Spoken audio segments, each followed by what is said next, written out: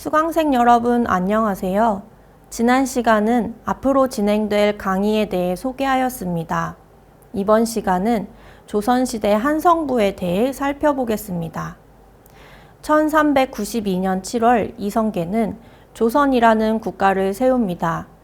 그리고 나서 한 달 뒤 수도를 옮기겠다고 발표하며 몇 개의 도읍지 후보가 제기되었는데 그 중에서 한양으로 최종 결정하며 1394년 8월 한양으로 수도를 옮기기로 결정합니다.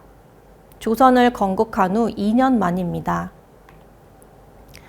조선을 건국한 뒤 시간이 조금 흐른 시점이었기 때문에 이성계는 도성의 모습을 다 갖추기도 전에 서둘러 경복궁으로 옮겨갔습니다.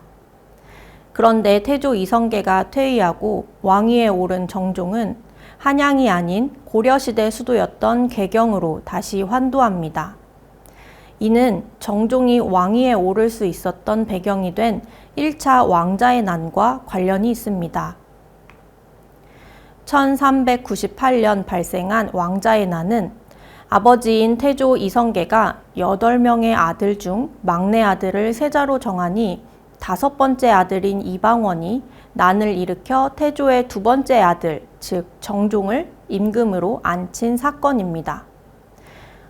조선을 건국하고 새롭게 수도를 한양으로 옮겼는데 좋은 모습을 보이지 못하고 왕실 내부에서 난이 일어나면서 기존의 모습과는 다른 새로운 기운으로 바꿔보고자 이전의 개성으로 돌아가게 된 것입니다. 그러나 곧 1400년, 이번에는 태조의 4번째 아들이 2차 왕자의 난을 일으켜 이를 막아낸 이방원이 조선의 3번째 왕 태종으로 즉위하고 개경의 수창궁이 불에 타면서 1405년 다시 한양으로 환도합니다. 그리고 이때부터 지금까지 계속 수도로 이어져 온 것입니다. 한양으로 도읍을 정한 이유 중 가장 핵심적인 것은 한양의 입지 때문입니다. 한양은 풍수지리적 관점에서 사신사를 갖춘 지형입니다. 사신사는 풍수지리에서 지세를 살필 때 가운데 혀를 중심으로 전후 좌우에 있는 4개의 산을 의미합니다. 즉, 한양은 4개의 산으로 둘러싸여 있는 분지 형태임을 뜻합니다. 화면의 그림을 보면 동쪽으로 낙산, 서쪽으로 인왕산이 있고 남쪽에는 남산, 북쪽에는 백악산이 위치해 있습니다. 사면의 산세를 이용한 한양도성을 건설하고 그 내부에 경복궁을 포함한 도성의 시설을 설치하기 위한 공간 구성을 위해 도성 계획을 세웁니다. 한양도성 계획은 주례 고공기의 내용에 입각해 공간을 구성하였습니다. 내용은 주례에 의한 도성은 크기는 어떻게 하고 도로 폭과 도로의 수는 어떻게 하며 주요 시설들은 어떤 기준을 두어야 한다는 형태로 궁궐의 각 건물과 부서 배치까지 언급되어 있습니다. 한양도성은 이것에 근거해 건설했습니다. 대표적으로 적용된 것이 좌묘우사입니다. 궁궐, 즉 경복궁에서 왕이 남쪽을 바라보며 앉았을 때 왼쪽에는 종묘를 두고 오른쪽에는 사직단을 둔다는 의미에서 좌묘우사라고 합니다. 다음으로 전조후시입니다.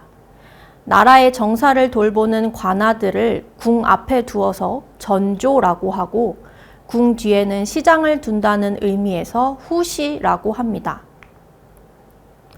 한양의 경우 경복궁 앞에 관아 건물들을 두었고 경복궁 뒤에 백악산이 바로 위치해 있어 시장 형성이 불가하기 때문에 후시 대신 종로거리에 유기전 시장을 두는 것으로 하였습니다. 주례 고공기에 근거해 도성을 계획했다고 하지만 기본적인 구성만 참고하여 한양이라는 도시의 특성에 맞게 설계하였습니다. 한양은 철저히 처음부터 조선의 행정수도 역할을 할 수 있도록 만들었습니다. 한 국가의 수도이면서 왕이 거주하는 도시로서 이곳에서 국가의 주요 일들을 처리할 수 있게 도시를 계획한 것입니다. 왕이 이곳에 거주하며 정사를 돌볼 수 있도록 그에 필요한 인구 구성을 계획하여 인구 10만 명 규모의 한양도성을 계획했고, 그만큼의 사람들을 이전 시대의 수도였던 개성에서 한양으로 이주하도록 했습니다. 한양은 행정구역 명칭으로 한성부라고 하였습니다. 서울의 행정구역 명칭을 서울특별시라고 하는 것과 동일합니다. 한성부는 산으로 둘러싸여 그 위에 성곽을 쌓은 한양도성 안과 도성 밖 십리에 해당하는 성저 십리를 포함하는 행정구역 범위를 갖습니다. 도성 밖 십리는 구체적으로 동쪽으로는 중랑천, 서쪽으로는 홍제천, 남쪽으로는 한강, 북쪽으로는 북한산까지의 범위에 해당합니다. 그래서 경조 오부도라 불리는 지도에 보이는 범위, 즉 도성 안과 도성 밖, 이 범위 전체가 한성부에 해당합니다. 성저 십리는 도성 안과 밖을 연결하는 역할이면서 한양도성을 둘러싸고 외부로부터 도성 안 내부를 보호하는 범퍼 역할을 했습니다. 그리고 사산금표 정책을 두어 성저 십리 구역의 민가의 주거를 불허하였습니다. 도성 계획 초기에는 인구 10만 명 규모로 계획했지만 시간이 지날수록 한성부 인구가 증가합니다. 18세기 인구 통계를 보면 도성 안에 사는 인구의 절반보다 많은 수의 사람들이 도성 밖에 거주하고 있었습니다. 특히 도성 밖 서부의 경우 마포와 서강 같은 한강 인근 지역을 포함하고 있었기 때문에 한강 주변으로 번성한 상업과 관련이 깊습니다. 인구 분포를 나타낸 그림에서도 알 수 있듯이 도성 안으로부터 한강으로 이어지는 서쪽 바깥쪽으로 인구 분포가 상당함을 확인할 수 있습니다.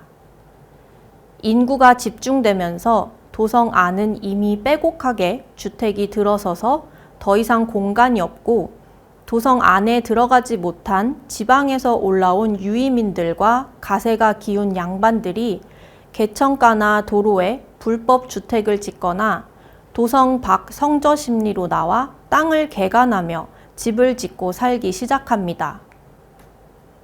한양의 상업도시화는 인구 증가 요인의 가장 결정적 이유였습니다.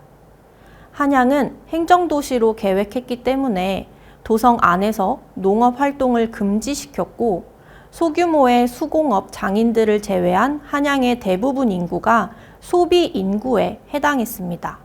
이는 한양이 상업도시로 성장하는 가장 결정적 요인이기도 했습니다. 생산 인구가 적고 모두가 소비 인구이므로 상품이 이곳에 들어와 거래하는 양이 많기 때문입니다.